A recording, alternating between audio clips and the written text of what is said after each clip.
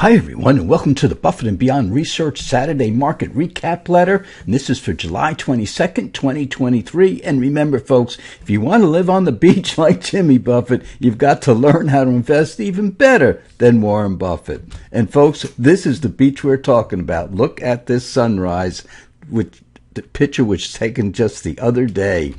And well, let's go over the market. The market or the Dow had its best run in 6 years, and it ends the week with a 10-day win streak. But remember, the Fed meets this week, and market probably already priced in a 25 basis point interest rate increase. But we want to hear the thinking of the Fed going forward for the rest of the year. That's going to be the important part. Now, our weekly stock analysis video, well, we went over Tesla because it's been in the news all week long. And Tesla came out with earnings this week that beat estimations by 20%. However, competition among the EV manufacturers has caused the market to worry about dwindling profits. But Elon Musk has other ideas, folks, because Tesla is making money, and Ford, who is some of their competition in the electric vehicle market, lost $3 billion in that area this year. So we're betting on Elon Musk to come through. And our ETF video, well, the consumer discretionary ETF is up there with the semiconductor and the tech ETFs for the year. However, we just cannot pinpoint the best large stocks because the rise has taken place in the very smaller stock. As we go back and we look back even 5 years, but the lesson to be learned is the longer term hold of the best stocks always wins out. All right, let's look at the SPX, which is the S&P 500. The red lines are volatility bands, and you can see they're widening out, which is good. And the market went up above this band. That is a strong market there, folks. And just on Thursday and Friday, the market came back down a little bit, or it didn't go up as much, I should say, and it is stuck right here in anticipation of that Fed meeting this week. And don't forget, I just mentioned the Dow had a 10-day win streak, so the S&P was right behind it. Now, when we come down here to our intermediate term indicator, it crossed up right in here, which was very, very good, and rising above the red line, which is a buy signal in there. But then all of a sudden, the past couple of days, it flattened out, and we can see this indicator is probably going to stall out for the first couple of days because we hear from Fed Chief Powell on Wednesday. The meeting starts on Tuesday, and it runs for 2 days. And then Wednesday at 2 o'clock, he will announce the increase of the interest rates by about 25 basis points, which the market expects. But it's the forward thinking that everybody is worried about right in here. And let's go to the S&P 500 in the black line and the S&P 500 in the yellow line. But the top line is capitalization weighted. In other words, the number of shares outstanding times the price. And this was led by the big stocks. We're talking about Amazon. We're talking about Apple. We're talking about NVIDIA and Tesla and on. But down here, these are the S&P 500 stocks that are equally weighted.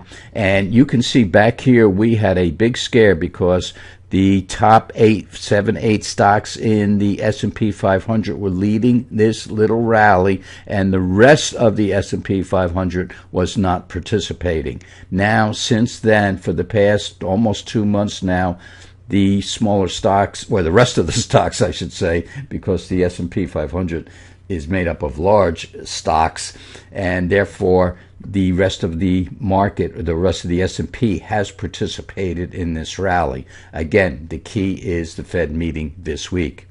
Now, when we look at the Dow with its phenomenal run, look at this market in here, and you can see the green line, which is the 20-day exponential moving average, is of course, turned up, but the market or the Dow is way ahead of its 20-day moving average. So we're expecting a little reversion to the mean in here, and probably Monday and Tuesday and even part of Wednesday, waiting for the Fed. The market just might rest in here. But I want to show you down here that the gray lines, the gray vertical lines, represent the Dow the up days. So in other words, if the Dow closes up for the day, it's a gray line. If it closes down for the day, it's a red line. But you could see these days in a row here, and the volume just kept picking up as the rally went on. Now, of course, Friday was the old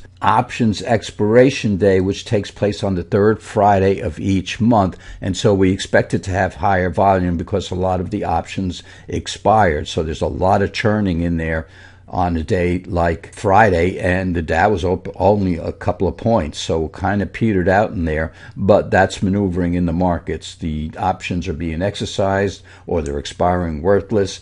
So anyway, we did expect to see higher volume on a Friday like that, but overall the volume has been going up. And then down here, the intermediate term indicator looks very, very strong in here. So the Dow done good, as they say.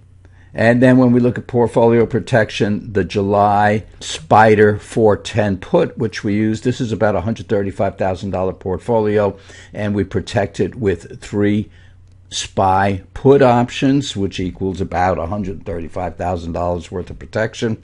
And July expired, so we went out and bought the October 20th SPY 410 put. So this one expired on Friday, and now we have 3 puts going forward, and we'll see. And I'll tell you what, these puts are very, very inexpensive because the market is looking forward to a good summer.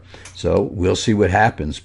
And you know, sometimes when insurance is cheap, it might be a good idea to buy some. And you know that September and October are usually weak periods in the market, seasonally, of course. And so maybe buying some September and October, and maybe even November 410 options might not be a bad idea in here. But really, the market is bullish, the participants are bullish, and maybe a little bit too bullish. But we'll hear from the Fed, and we'll know more on Wednesday afternoon. So folks, we had a great week. We had a great run over the past couple of weeks. The market's been doing very well. So count your dollars. You might want to even cash in a few, as we did in our trading portfolio. And that's the daily letter that we put out. We closed out just about all our positions on Friday, and now we're just sitting here waiting for the Fed to meet. So go out, have a great day. It's summertime. Go barbecue, be with your family, even if you sit and watch television, play golf, just enjoy yourself, and most of all, be safe. And folks, we'll see you back here next time.